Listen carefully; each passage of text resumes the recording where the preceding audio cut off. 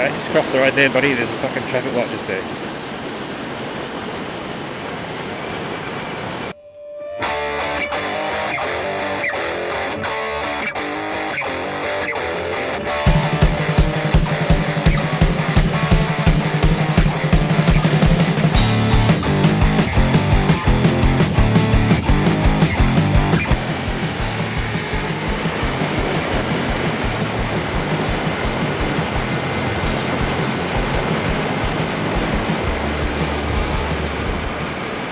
Good evening, guys and girls.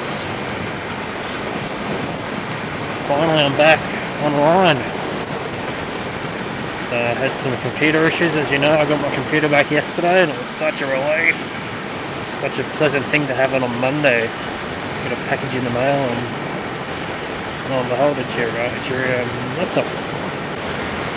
Just thought I'd touch a bit today about biking on a budget.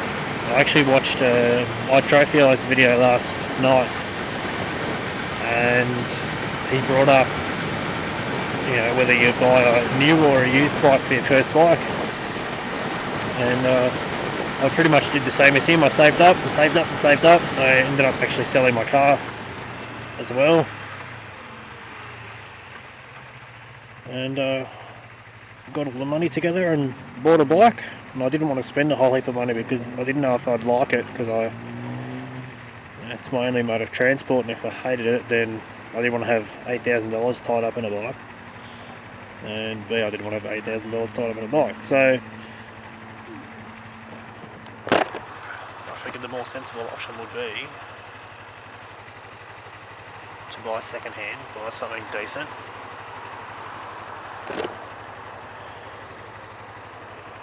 And then that way, if I drop it, or if it gets knocked over, I'm not going to be too upset.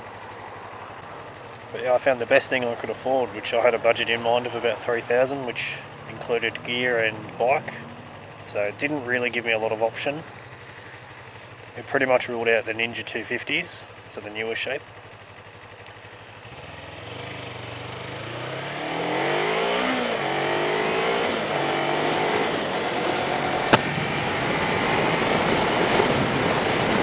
So it ruled out the 250, the newer injected CBR 250, which is what I really wanted.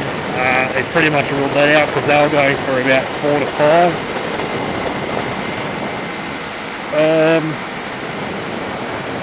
VTR 250s were in my price range, but the freaking every single time, you know, it probably happens to everyone.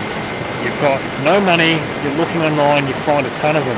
As soon as you get money, they fucking disappear. Like, you cannot find one in your price range. All I found were the 2006 Plus models with the updated instrument cluster with the rev counter, the tacho I should say, and they were all 5 to 6 grand plus.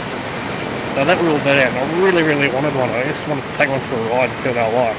I'm a big fan of V-twins, and I like parallel twins as well, of course, because I bought one, but I really wanted to take one for a ride, so maybe one day I will. Yeah, so there was none of them. Disappointed. ZZR 250 and GPX 250s were around, so I went, you know what, I'm just going to buy the best one of those that I can find.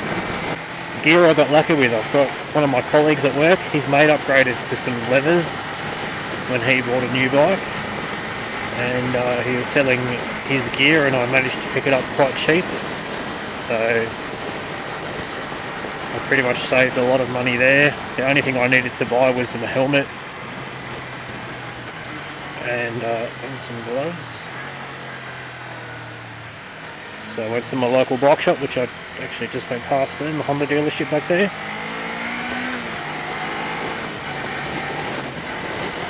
And picked them up. Awesome service in there, so if you're ever down here and you want somewhere good, go and see those guys. And yeah, I even got my camera on a budget. You know, I was going to go out and spend a couple $100 on a Drift HD, and then I actually found this. This was advertised. This is a Drift HD 170, and it was actually advertised as a Drift HD, and I hadn't really looked at them yet, so I thought I was buying what that was. Turns out that it was an earlier model. But I think it does the job. You know, it's not as sharp as the GoPros and stuff, but you know, I only paid like freaking $100. Came with a spare battery and a few memory cards, so it's good enough to see whether or not I like to do motor vlogging, which I'm enjoying so far. So I will upgrade the camera in future.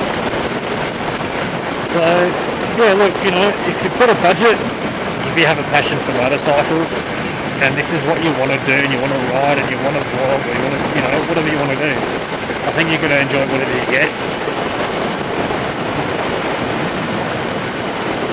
I'd like something with a bit more power, but I don't need something with a bit more power.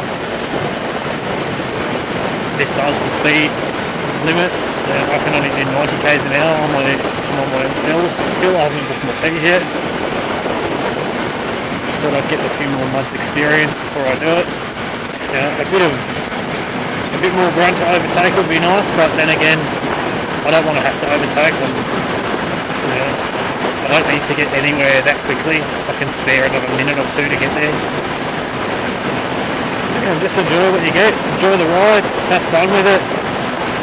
Don't let anyone tell you it's a shit bike. You know, you'll be the judge of that. If you don't like it, then buy something else. Buy something bigger. So it's coming into winter, or it's autumn. It's going to be winter soon, but I can already tell the temperatures are starting to drop. Daylight savings is here, so the sun's dropping a bit earlier as well.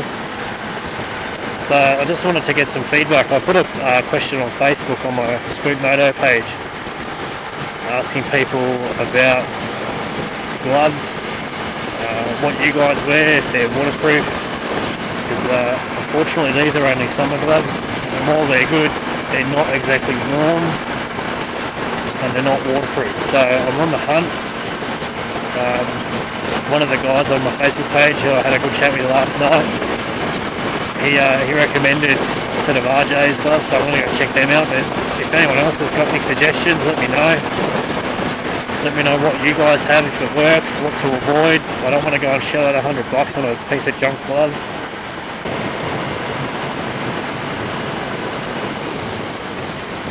What's this guy got his indicator on for? Oh, there's a driveway there. Never even knew that existed.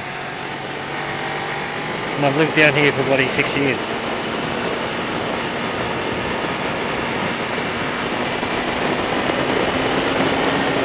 I suppose I'm always riding past it at warp speed anyway, so if I'd ever see it.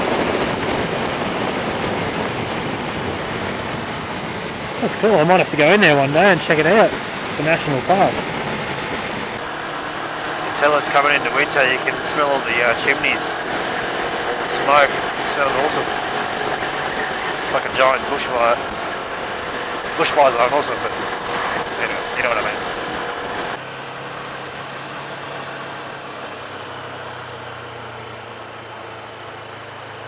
Oh yeah, as you do. Double lines too, good on you, buddy. Freaking idiot. This is a residential zone and kids play out the front here all the time. What a knob.